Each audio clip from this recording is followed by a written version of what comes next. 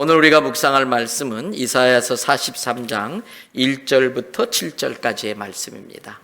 구약성경 1019페이지 이사야서 43장 1절부터 7절까지의 말씀 제가 봉독하겠습니다. 야곱아, 너를 창조하신 여호와께서 지금 말씀하시느니라. 이스라엘아, 너를 지으신 이가 말씀하시느니라. 너는 두려워하지 말라. 내가 너를 구속하였고 내가 너를 지명하여 불렀나니 너는 내 것이라. 뇌가 물 가운데로 지날 때에 내가 너와 함께 할 것이라. 강을 건널 때에 물이 너를 침몰하지 못할 것이며 뇌가 불 가운데로 지날 때에 타지도 아니할 것이요 불꽃이 너를 사르지도 못하리니 대저 나는 여호와 내 하나님이요 이스라엘의 거룩한 이요 내 구원자임이라. 내가 애굽을 너의 속량물로 구스와 수바를 너를 대신하여 주었노라. 내가 내 눈에 보배롭고 존귀하며 내가 너를 사랑하였은즉 내가 뇌 대신 사람들을 내어주며 백성들이 뇌 생명을 대신하리니 두려워하지 말라. 내가 함께하여 뇌 자손을 동쪽에서부터 오게 하며 서쪽에서 너를 모을 것이며 내가 북쪽에게 이르기를 내놓으라. 남쪽에게 이르기를 가두어 두지 말라. 내 아들들을 먼 곳에서 이끌며 내 딸들을 땅끝에서 오게 하며. 우리 다 같이 한번 7절을 읽으실까요? 내 이름으로 불려지는 모든 자 곧 내가 내 영광을 위하여 창조한 자를 오게 하라. 그를 내가 지었고 그를 내가 만들었느니라. 아멘. 할렐루야. 오늘 또 저와 여러분의 가정, 자녀 하는 모든 일들마다 하나님의 돕는 손길이 함께 하시기를 주님의 이름으로 축복합니다. 우리 모두 지금은 코로나로 인해서 힘든 시간을 보내고 있습니다. 그런 가운데에서도 저는 개인적으로 나름대로 또 유익한 부분도 있었습니다.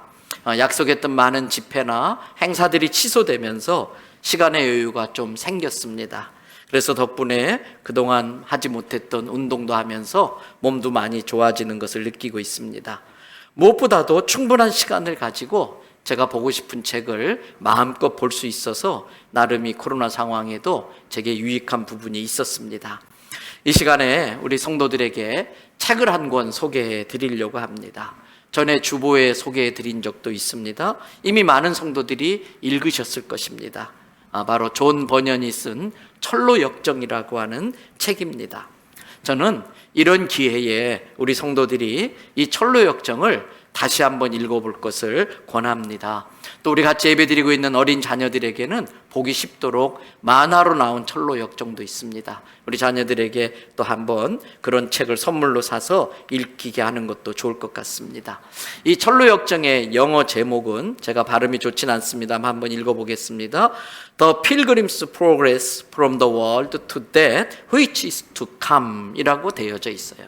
이 긴 이 원 제목을 그대로 번역한다면 이 세상에서 장차 올 세상에 이르는 나그네의 길, Pilgrim's Progress. 이 세상에서 장차 올 하늘나라로 이렇게 가는 나그네의 길이라는 의미를 이 제목이 갖고 있습니다. 말 그대로 크리스찬이 신앙생활을 하면서 이 세상에서 천국까지 가는 여정을 이야기한 책입니다. 철로 역정을 쓴 존 버년은 법을 어기고 설교했다는 이유 때문에 감옥에 2번을 갇히게 돼요. 첫 번째는 자그마치 12년 동안 감옥에 있습니다. 그가 그 감옥 생활을 하면서 깊이 깨달은 것이 있었습니다. 많은 그리스도인들이 하나님을 믿으면 복을 받고 다 잘되고 만사 형통할 거라고 생각한다는 것입니다. 물론 틀린 말이 아닙니다. 그러나 그리스도인의 삶에도 어려움이 있다는 것입니다. 다만 우리는 그 어려움을 신앙적으로 해석해서 받아들입니다. 그 어려움조차도 하나님이 허락하셨고 거기에 하나님의 뜻이 있다고 우리는 믿습니다. 그 고난은 나를 정금같이 해서 천국에까지 이르는데 유익하게 쓰임받는 고난이라고 하는 것입니다. 12년 감옥에서 이것을 깊이 깨달았던 존 버년은 2번째 또 감옥을 갇히게 되는데 아마 그때에 많이 집필을 했을 거라고 생각돼요. 2번째 감옥에서 나온 1678년 이 절로 역정이 이렇게 오래된 책입니다.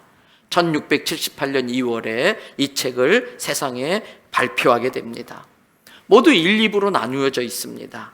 1부는 주인공 크리스찬이 등에 무거운 짐을 지고 멸망의 도시를 떠나서 하늘나라로 가는 긴 여정이 그려져 있고, 2부에서는 그 존 버년을 그 주인공을 따라서 그 처자가 하늘나라로 가는 여정이 그려져 있어요. 멸망의 도시를 떠나서 하늘나라로 가는 긴 여정은 결코 만만치 않았지요. 도중에 이런저런 어려움을 만납니다. 또 어렵게 하는 이런저런 사람들도 만납니다. 하지만 하나님은 때에 따라 돕는 은혜로 그 어려움을 피하게 하시고, 어렵게 하는 사람만 있는 것이 아니라 돕는 사람도 붙여줍니다. 그래서 이 주인공은 여러 인물들을 만나가면서 낙담의 늪, 죽음의 계곡, 허영의 거리, 이런 것들을 다 지나면서 마침내 주인공의 고향인 천국 하늘나라에 다다르게 된다는 이야기입니다. 이 책이 주려는 교훈이 있습니다. 그리스도인으로서 살아야 하기 때문에 받아야 될 고난이 있다는 것입니다. 근데 그 고난 때문에 두려워서 다시 멸망의 도시 곧 세상으로 돌아가서는 안 된다는 것입니다. 육신은 세상에 속해 살고 있지만 우리는 끊임없이 저 천국을 갈망해야 합니다. 여러분, 나침반을 아시지요? 나침반을 항상 어느 쪽을 가리키고 있어요? 너무 수준 높은 질문인가요? 나침반은 항상 어느 쪽을 가리키고 있어요? 북쪽을 가리켜요. 이 나침반처럼 우리의 삶이 항상 하늘나라 천국을 가리키며 살아야 된다는 겁니다. 그래서 하루를 더 살았습니다. 그것은 천국의 하루 더 가까워졌다는 뜻입니다.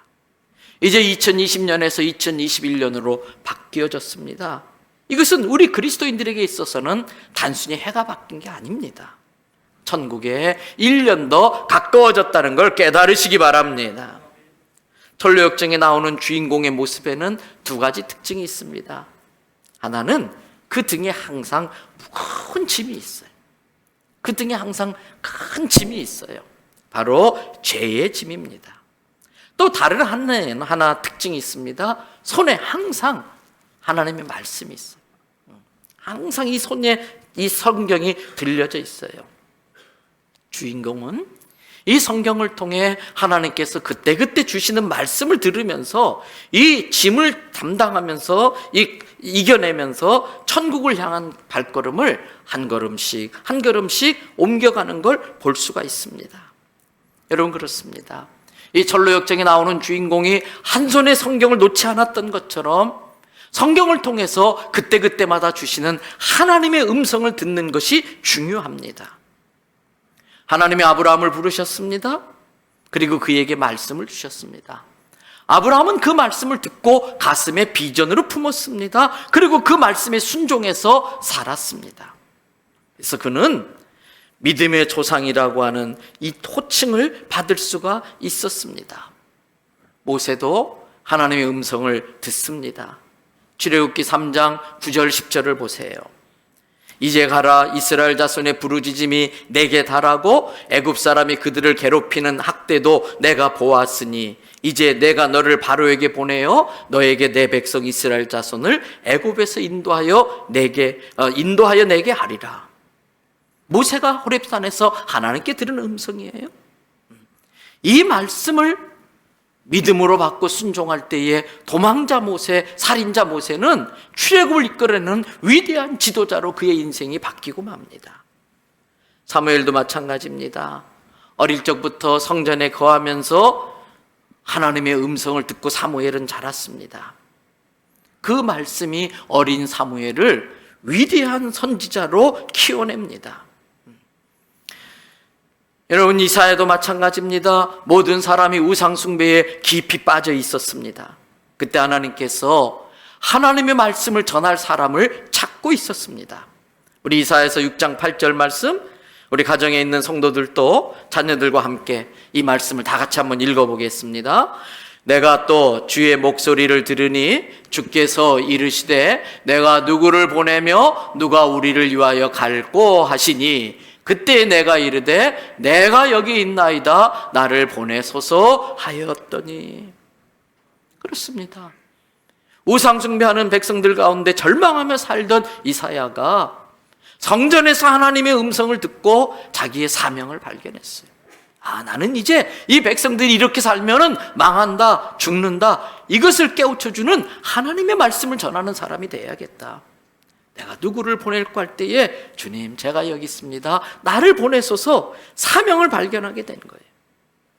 열왕기상 19장을 보면 그렇게 대단했던 엘리야 선지자가 깊은 우울증에 빠집니다.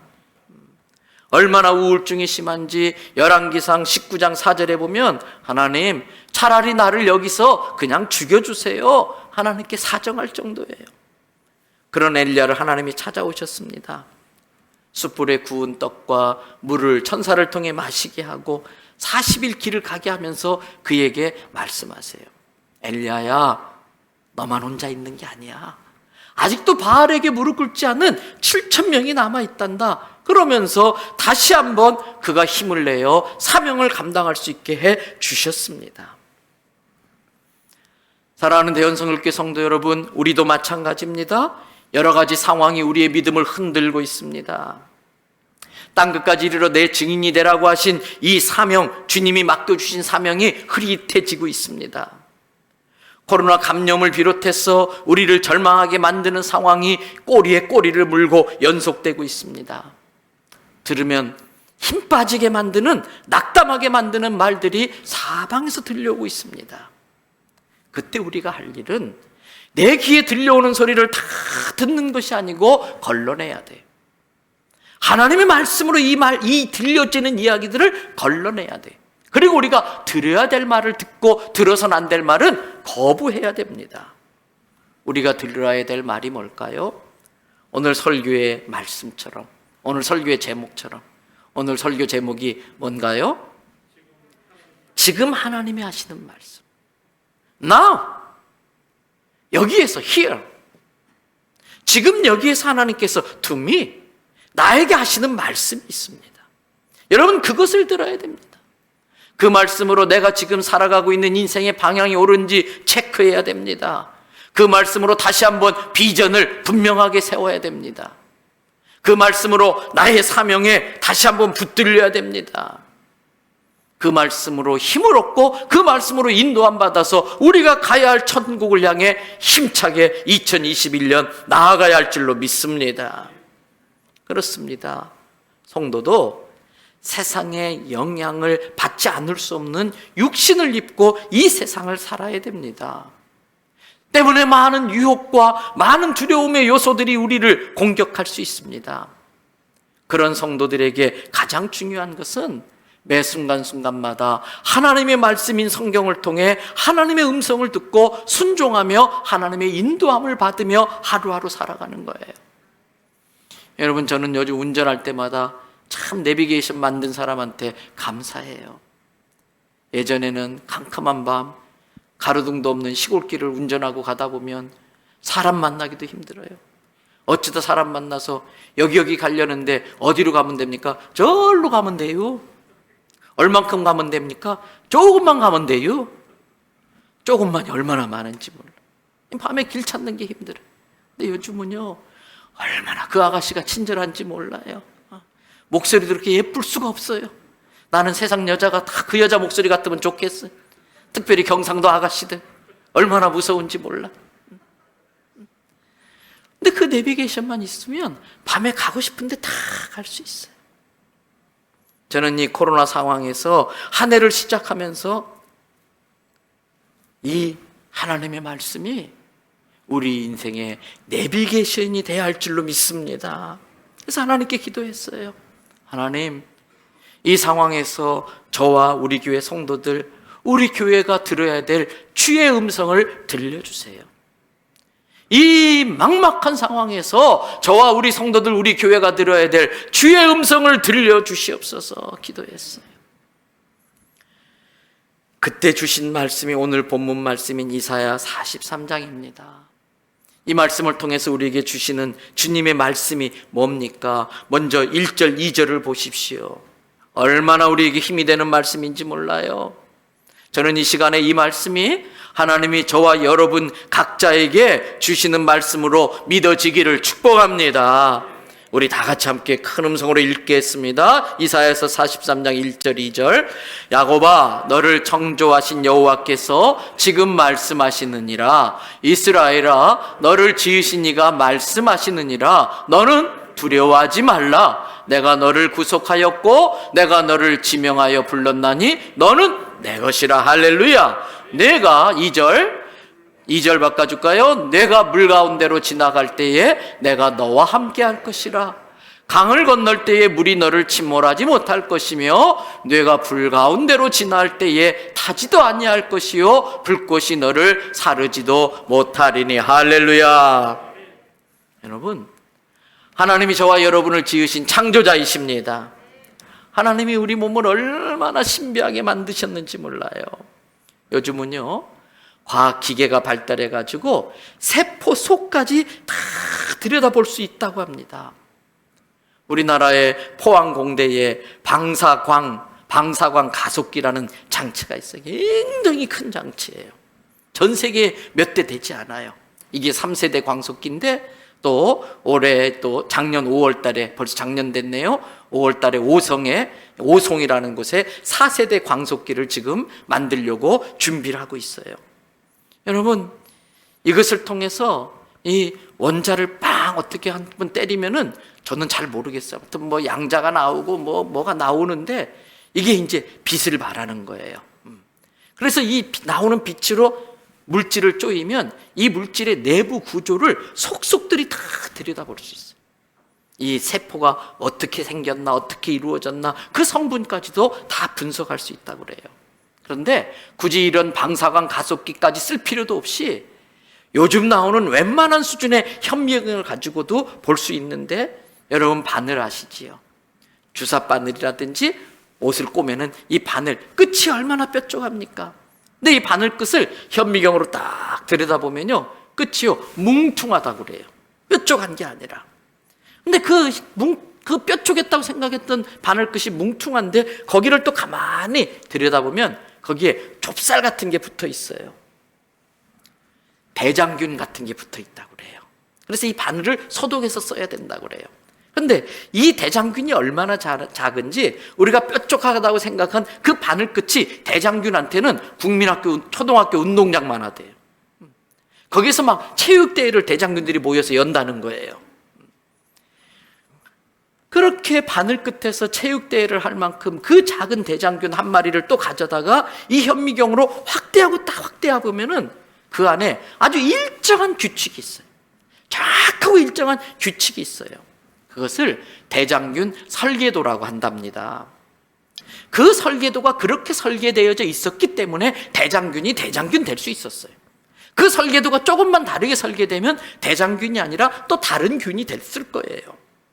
그런데 그 작은 그 대장균 안에 있는 설계도를 우리 사람들이 기록으로 남기면요 1000페이지 정도의 두께가 된대요. 그런데 이 미세한 대장균도 그런데 우리 사람 몸은 어떨까요? 여러분, 사람 몸의 세포가 몇 개로 이루어졌는지 아시지요? 60조, 보통 60조 세포로 우리 몸이 이루어졌는데 그 60조 세포 하나하나마다 또 설계도가 들어가 있어요. 여러분, 지금 이 세상은 반도체로 움직여진다고 해도 과언이 아니에요. 제가 쓰고 있는 이 마이크, 여기에도 반도체가 들어가 있어요. 여러분 갖고 있는 핸드폰에도 반도체가 들어가 있어요. 그래서 지금 전 세계 기업은 반도체를 얼마나 작게 만들고 그 작은 반도체가 최소한의 열을 내면서 또 얼마나 많은 데이터를 얼마나 빨리 처리하느냐가 승패가 달려 있어요, 거기에. 그런데 이 아주 작은 반도체 칩 안에 책 수천 권을 집어넣을 수 있어요. 그 내용을 다 집어넣을 수 있어요. 여러분, 우리들이 핸드폰으로 사진을 얼마나 많이 찍습니까, 지금? 근데 그 많은 사진들이 핸드폰 안에 있는 조그만 칩 안에 다 들어가 있어. 언제든지 꺼내볼 수 있어. 옛날엔 집에 앨범이 이만큼 쌓여있고 앨범에 다 못 들어간 사진이 봉투에 또 이만큼 들어있었는데 지금은 이만한 칩 안에 다 사진이 들어가 있어요. 대단한 과학의 능력이지요. 그런데 여러분, 우리 사람의 몸에 비하면 아무것도 아니에요. 이만한 칩에 몇만 분의 1도 안 되는 우리 혈액 속에 있는 적혈구 하나하나마다 천권 분량의 메시지가 들어있다는 거예요. 그 작은 적혈구 안에. 그처럼 하나님은 어마무지한 능력을 가지신 창조주 하나님이심을 깨달으시기를 바랍니다. 그 하나님이 그 능력을 가지고 섬세하게 공을 들여서 나를 만드셨어요. 그리고 자기가 나를 만드셨기 때문에 찌뽕 하셨어요. 우리 애들 그러잖아요. 이거 내 거 그럴 때 찌뽕 하잖아요. 그게 지명한 거예요. 넌 내 거.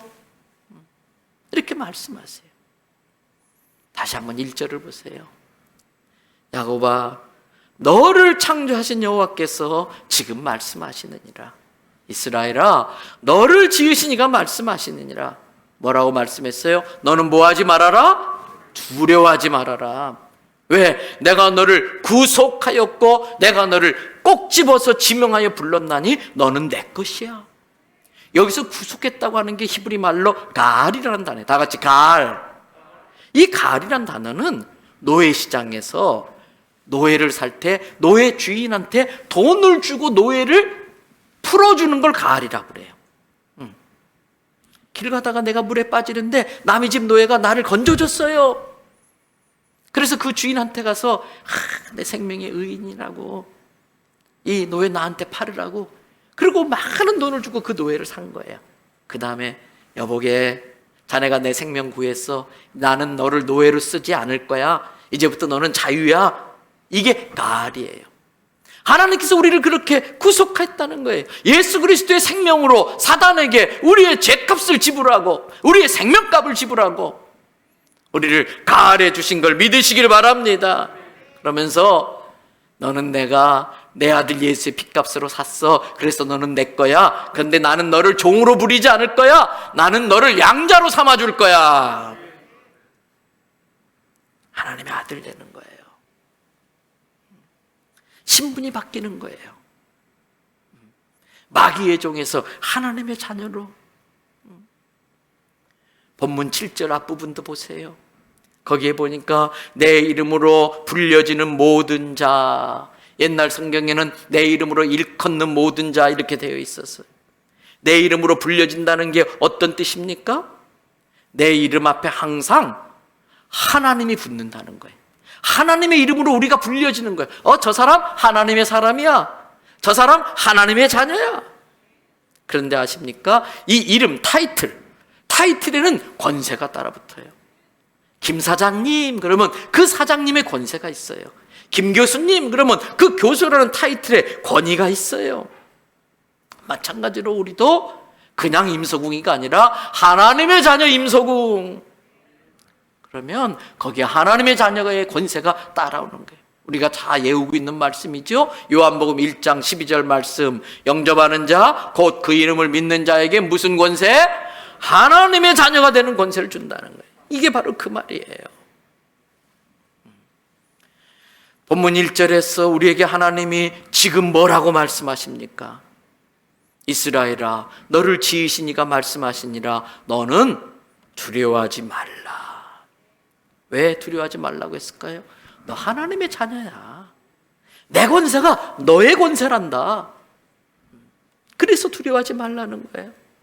예수님께서도 마가복음 16장 17절 18절에 이렇게 말씀하셨어요. 우리 다 같이 함께 또 이 말씀 읽습니다. 믿는 자들에겐 이런 표적이 따르리니 곧 그들이 내 이름으로 귀신을 쫓아내며 새 방언을 말하며 뱀을 집어 올리며 무슨 독을 마실지라도 해를 받지 아니하며 병든 사람에게 손을 얹은 즉 나으니라 하시더라. 할렐루야. 여러분에게 예수 그리스도의 이름을 주셨어요. 그 예수 그리스도의 이름으로 선포하면 귀신들이 벌벌 떨며 떠나는 걸 믿으시기를 바랍니다. 새 방언을 말해요. 사람이 바뀐다는 거예요. 사람이 바뀌었다는 가장 겉으로 드러나는 표시가 말이 바뀌는 거예요. 하나님의 자녀가 되면 그 말에 자신감이 있어요. 그 말씀에 힘이 있어요. 새 방언이 그게. 우리를 두렵게 만드는 뱀을 집어 올려서 비웃고 조롱하고 장난치고 그 뱀을 던져버리는 거예요. 뭐 미세먼지 무슨 독을 마실지라도 우리가 얼마나 조심합니까? 그래도요, 하루에도 얼마나 많은 독이 들어오는지 몰라. 그래도 해의 발을 두려워할 필요 없어요. 하나님의 말씀으로 또 성령의 능력으로 다 해독시키는 걸 믿으시기 바랍니다. 또 병든 사람에게 손을 얹는 즉 나으니라. 그래서 오늘 예배 마치고도 가정에서 병든 사람 위해 손 얹고 기도하세요. 자기 스스로 머리에 손 얹고 기도하고 아픈 부위 손 얹고 기도하고. 저도 갑상선 기능이 완전히 사라진 적이 있었잖아요. 그런데 막 새벽마다 손 얹고 기도했더니 다시 회복됐어. 마태복음 16장 9절 말씀 보세요. 다 같이 선포하십시다. 마태복음 16장 19절의 말씀. 16장 19절의 말씀. 내가 천국 열쇠를, 스크린 말씀 띄워주시겠어요? 마태복음 16장 19절의 말씀. 제가 말씀 본문을 잘못 알려드렸나요? 제가 한번 읽어드릴게요. 내가 천국 열쇠를 내게 주리니 내가 땅에서 무엇이든지 베면 하늘에서도 매일 것이요. 다 떴네요. 우리 다 같이 한번. 이 말씀 아니에요? 제가 잘못 드렸나 봐요. 제가 다시 읽어봐 드릴게요. 마태복음 16 말씀. 내가 천국 열쇠를 내게 주리니 내가 땅에서 무엇이든지 매면 하늘에서도 매일 것이요. 내가 땅에서 무엇이든지 풀면 하늘에서도 풀리리라. 천국 열쇠를 줬다는 거예요. 뿐만 아니죠. 두세 사람이 이 땅에서 마음을 아파요. 내 이름으로 구하면 내가 하늘에서 듣고 이루어 준다 말씀하셨어요. 이게 자녀의 권세예요. 사랑하는 대연 성결교회 성도 여러분, 지금 사방은 우리를 두렵게 할 만한 소리로 가득 차 있어요. 바로 이런 상황에서 두려워하지 마라. 너는 내 것이다. 이 주님의 음성을 들으시기를 바랍니다. 현대인이 겪는 두려움이 몇 가지가 있지요. 죽음에 대한 두려움. 교통사고 나면 어떡하지? 암에 걸리면 어떡하지? 보험이 생겼다는 것은 그만큼 두려워할 일이 많다는 뜻이에요. 또 상실에 대한 두려움. 재산이 없어지면 어떡하지? 사랑하는 사람이 나를 버리면 어떡하지? 직장에서 쫓겨나면 어떡하지? 내 명예가 더럽혀지면 어떡하지? 상실에 대한 두려움. 이 두려움이 내 마음을 사로잡으면 공포증이 생겨요. 대인 공포증, 밀폐 공포증, 광장 공포증, 고공 공포증, 세균 공포증. 또 미래의 불확실성에 대한 두려움. 지금 아무 문제 없어요. 걱정거리 없는데도 걱정이 끊이질 않아요. 왜? 이대로 쭉 갈 수 있을까? 미래가 불확실하니까. 우리는 미래를 장담할 수 없는 존재니까 불안해하는 게 당연하지요. 근데 여기에서 신앙의 힘이 필요해요. 신앙은 불확실한 미래를 믿음으로 결정하는 게 신앙이에요. 불확실한 미래를 믿음으로 결정하고 그렇게 믿고 가는 거예요. 두려움의 나쁨과 두려움 자체로 끝나는 게 아니라 두려움이 쌓이면 사람의 생각이 부정적이 돼요. 말이 부정적이 돼요. 행동이 자꾸 움츠려들어요. 그래서 이 정신 멘탈이 무너지는 거예요. 정신 건강에 문제가 생기면 반드시 육체 건강에 문제가 생겨요. 마음의 병이 몸으로 오는 거예요. 어떤 심리학자가 쥐 100마리를 우리에 가둬놓고 그 밖에 고양이 한 마리를 뱅뱅 돌게 했어요. 그렇게 한 100일 정도를 한 다음에 그 우리에 있던 100마리 쥐를 해부를 했어요. 그랬더니 이 100마리 쥐가 한결같이 심장이 부어있어. 또 위가 쪼그라들어 있어요. 아무리 좋은 음식을 주어도 두려움에 이 심장이 붓고 이 위가 오장육부가 쪼그라들어 있는 걸 볼 수 있었어요. 우리가 그런 존재들이에요. 고양이 앞에 쥐 같은 존재들이. 그런 우리에게 주님이 지금 뭐라고 말씀하셔요? 2절 이사야 43장 2절 말씀 다 같이 한번 읽습니다. 내가 물 가운데로 지날 때에 내가 너와 함께 할 것이라. 강을 건널 때에 물이 너를 침몰하지 못할 것이며 내가 불 가운데로 지날 때에 타지도 아니할 것이요 불꽃이 너를 사르지도 못하리니. 이 말씀을 잘 살펴보세요. 우리에게 물속을 지나가지 않게 하겠다 말씀하지 않으셨어요. 불속을 지나가지 않게 하겠다 말씀하지 않았어요. 앞에서 철로 영적 이야기를 하면서 언급한 것처럼 예수님을 열심히 믿는데도 우리는 물 가운데로 지나갈 때가 있어요. 신앙생활 잘하는데도 불 가운데로 통과해야 할 때가 있어요. 열심히 주님의 일에 헌신하고 교회, 주님의 몸인 교회에 봉사하는데도 어려운 고난이 닥칠 수도 있어요.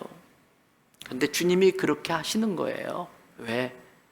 사망의 음침한 골짜기를 통과해야 가나안 땅에 들어갈 수 있어요.